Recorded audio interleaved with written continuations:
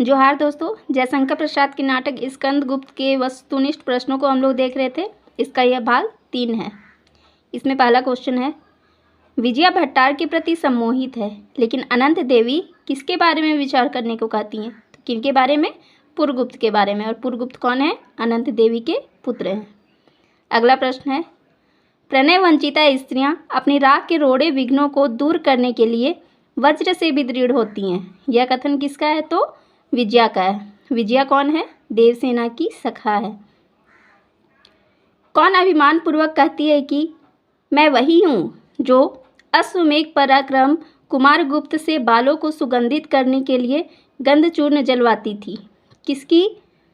जिसकी एक तीखी कोर से गुप्त साम्राज्य डावाडोल हो रहा है। यह कथन किनका है? तो अनंत देवी का है। अगला प्रश्न है, महारानी देवी की मृत्यु किस कारण से हो जाती है? तो अपने पुत्र स्कंदगुप्त के मृत्यु शोक से। लेकिन क्या है, स्कंदगुप्त की यहाँ मृत्यु नहीं हुई है, लेकिन ऐसा प्रतीत होता है उन्हें कि स्कंदगुप्त मारे जा चुके हैं, जिसके शोक में वो मृत्यु को प्राप्त हो जाती हैं। अगला प्रश्न है, पामर तू सम्राटों का नियामक बन गया। मैंने भूल की, सूतिका गृह में ही तेरा गला घोटकर क्यों न मार डाला। आत्महत्या के अतिरिक्त अब कोई प्रायश्चित नहीं है। यह कथन किसका है? तो कमला का है। और कमला कौन है? भट्टार की माता है। और वह अपने पुत्र से ऐसा क्यों कहती है? क्योंकि भट्टार जो है वो प्रपंच बुद्धि और अनंत देवी के साथ मिलकर महारानी देवकी की हत्या करने के लिए जाते हैं। अगला प्रश्न है, मैं आज तक तुम्हें पूछता था, तुम्हारी पवित्र स्मृति को कंगाल की निधि की भांति छिपाए रखा।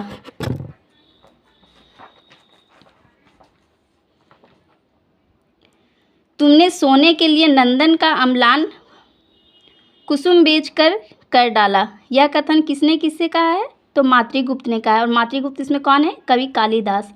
और किससे कहा है? कमला से कहा है। कमला कौन है? उनकी प्रेमिका है।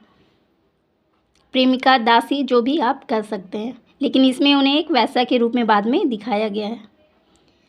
अगला प्रश्न है, प्रेमचंद हुनों के अधिकार में पंचनंद हुनों के अधिकार में था। अब वे किस ओर आक्रमण के लिए अग्रसर हो गए थे? तो किस ओर हुए थे? कश्मीर की तरफ। और वहाँ के शासक अभी कौन है? अर्थात इस नाटक के आधार पर वहाँ के शासक अभी मातृगुप्त कालिदास हैं। अगला प्रश्न है, भारत समग्र विश्व का है और संपूर्ण वसुंधरा इसके प्रेम पास में आबाद है। अनादिकाल से ज्ञान की मानवता की ज्योति वह विकीर्ण कर रहा है। वसुंधरा का हृदय भारत किस मूर्ख ने को प्यारा नहीं। यह कथन किसने किससे कहा है? तो यह कथन धातुसेन ने प्रख्यात कीर्ति से कहा है। और धातुसेन कौन है? तो सिहल के राजकुमार है। अगला प्रश्न है, विहार के समीप चतुष्पद में कौन बलि के लिए उत्तेजित थे? तो कौन उत्तेजित थे? ब्राह्मण लोग। अगला है, क्यों ब्राह्मण टुकड़ों के लिए अन्य लोगों की उपजीविका ही छीन रहे हैं? क्यों एक वर्ग के लोग दूसरे के अर्थकारी वृत्तियां ग्रहण करने लगे हैं? यह कथन किसने और किससे कहा?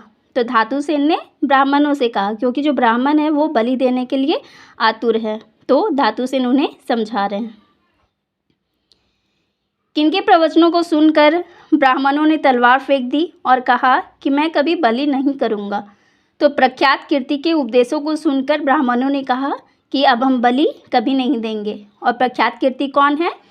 तो वो लंका राजकुल के श्रमण हैं और महाबोधि विहार के स्थविर हैं। अगला प्रश्न है, आचार्य और शोक का समय नहीं, गा चुके मिलन संगीत, रो चुके प्रेम के पचड़े, अब भारत की सेवा करने के लिए सन्नद्ध हो जाएं। यह कथन किसका है? तो यह कथन विजया का है। और विजया ने किससे कहा है यह कथन? मातृगुप्त से। क्यों? क्योंकि मातृगुप्त जो है वो कमला के प्रेम से विक्षुब्ध होकर थोड़ा शोकित हैं। अगला प्रश्न है, सर्वनाग और रामा के बच्चों की निर्मम हत्या किसने की थी? तो किसने की थी? बर्बर हुनों ने की थी, क्योंकि उन्होंने यहाँ पे आक्रमण किया कश्मीर में, और फिर उन्होंने मालव राज पे आक्रमण किया। उसके बाद वो अब कश्मीर की तरफ अग्रसित हो रहे थे, तो जहाँ पे उन्होंने सर्वनाग और रामा के बच्चों की निर्मम हत्या कर डाली। अगला प्रश्न है, जिसने अपनी प्रचंड हुंकार से दस्युओं को कंपा दिया था, ठोकर मारकर सोई हुई अकर्मण्य जनता को जगा दिया, रमणियों का रक्षक, आर्यावर्त के छत्र छाया, यह कथन किसने और किससे कहा है? अर्थात यह कथन किसके लिए कहा गया है? तो स्कंदगुप्त के लिए कहा गया है। और किसने कहा है? रामा ने कहा है। रामा अपने पुत्र के मृत्यु से वह थोड़ा पागल वृत्ति की हो जाती हैं, लेकिन जब वह स्कंदगुप्त को देखती है तो उन्हें कुछ कुछ याद आने लगता है कि यह कौन है? यह तो सम्राट है। अगला प्रश्न है, महादेवी देवकी की समाधि प्रस्तुत नाटक के आधार पर कहाँ बताया गया है? तो कहाँ पे बताया गया है? कनिष्क के स्तूप के पास। अगला प्रश्न, हुनों के आक्रमण से देवसेना की रक्षा कौन करता है? तो कौन करता है? पर्णदत्त। बंधु वर्मा, जो कि मालव के राजा हैं, की वीर गति प्राप्त करने की सूचना पाकर जयमाला ने क्या किया? तो वह सती हो गई। जयमाला कौन है? बंधु वर्मा की पत्नी है। अगला प्रश्न, मेरा रत्नगृह अभी बचा है, उसे सेना संकलन करने के लिए सम्राट को दूंगी और एक बार बनूंगी महादेवी। कौन स्कंदगुप्त से विवाह कर महारानी बनने की इच्छा रखती थी? तो कौन रखती थी? विजया रखती थी, क्योंकि वह देवसेना की सखा होते हुए भी वह उनसे ईर्ष्या करने लगी थी। पहले तो वह भट्टार के प्रति आकर्षित होती हैं, बाद में फिर वह स्कंदगुप्त के प्रति आकर्षित होने लगती हैं, और वह सोचती हैं कि मेरे पास जो रत्न बचा हुआ है उन्हें मैं स्कंदगुप्त को दे दूंगी और साथ ही उनसे विवाह करके मैं महारानी बन जाऊंगी। अगला प्रश्न है, सूखी रोटियां बचाकर रखनी पड़ती है, जिन्हें कुत्तों को देते हुए संकोच होता था,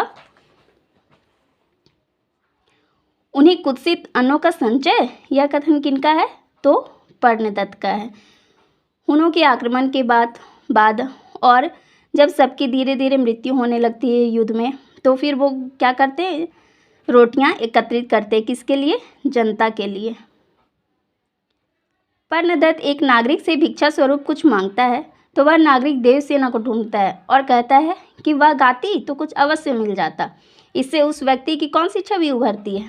तो उस व्यक्ति की कैसी छवि उभरती है कि देश दूसरों का गुलाम हो जाए और कोई पीड़ा, लेकिन उस व्यक्ति को कोई पीड़ा नहीं होगी, वह तो विलास और वासना में डूबा हुआ है। जिस देश के नवयुवक ऐसे हों उसे अवश्य दूसरों के अधिकार में जाना चाहिए। यह कथन किसका है? तो पर्णदत्त का है। अगला प्रश्न है,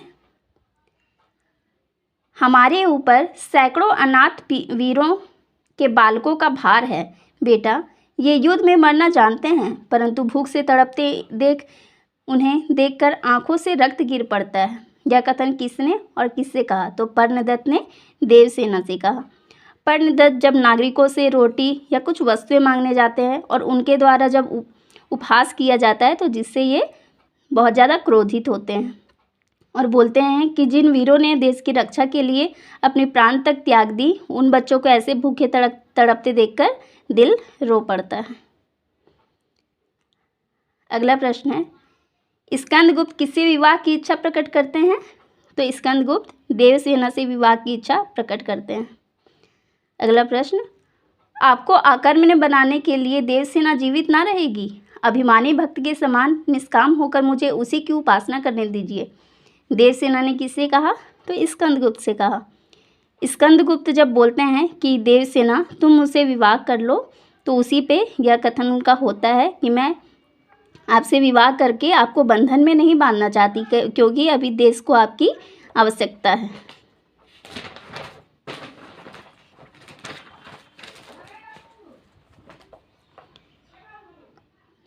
अगला प्रश्न है,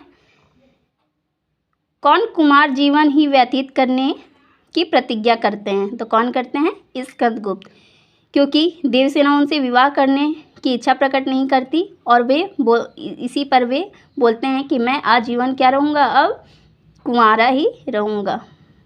अगला प्रश्न है, कोई दुख भोगने के लिए है, कोई सुख, फिर सबका बोझ अपने सिर पर लाद कर क्यों व्यस्त होते हो। यह कथन किसका है, तो विजया का है। विजया जब स्कंदगुप्त से विवाह करने का अपना प्रस्ताव प्रस्तुत करती हैं तो स्कंदगुप्त बोलते हैं कि अभी देश को मेरी ज़रूरत है और तुमसे सब सुख पाकर भी मैं इसे नहीं लेना चाहूँगा। अगला प्रश्न है, तुम वीर हो, इस समय देश को वीरों की आवश्यकता है। यह कथन किसने और किससे कहा, तो स्कंदगुप्त ने भट्टार्क से कहा। भट्टार्क खुद पर प्रायश्चित करते हुए वह अपने स्वयं को मारना चाहता है। तब स्कंदगुप्त उसे उन्हें रोकते हुए कहते हैं कि तुम एक वीर हो और इस समय देश को वीरों की आवश्यकता है।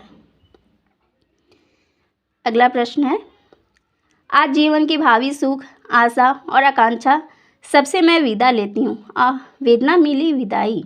यह कथन किसका है, तो देवसेना का है। स्कंदगुप्त मगध का सम्राट किसे नियुक्त करते हैं, अर्थात घोषित करते, तो किसे, पुरगुप्त को, जो कि किनके पुत्र हैं, अनंत देवी के पुत्र हैं। कष्ट हृदय की कसौटी है, तपस्या अग्नि है। यह कथन किसका है, तो देवसेना का है। इस प्रकार हम लोगों ने स्कंदगुप्त नाटक से बनने वाले सभी महत्वपूर्ण प्रश्नों को देखा। आप इससे पहले के वीडियो को देख सकते हैं। टोटल मिलाकर 85 क्वेश्चन हैं। Thank you.